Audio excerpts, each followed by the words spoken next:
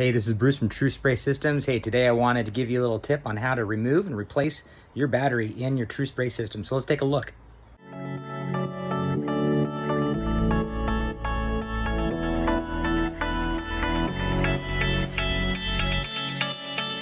Always remember to like and subscribe our YouTube channel.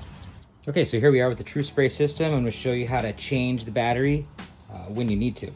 So we open up the battery flap. It'll expose the TRÜ Source power switch. And this is removable off the Velcro.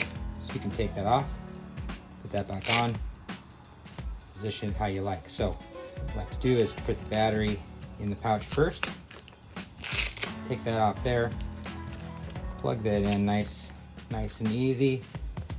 Then you put that back over, ready to go. To remove it, I go like this. I pull it all the way open, pulling this off easily, taking the battery out, charging it. Then putting the battery back in, putting that on, putting the flap over, and now you're ready to go. Remember, stay true.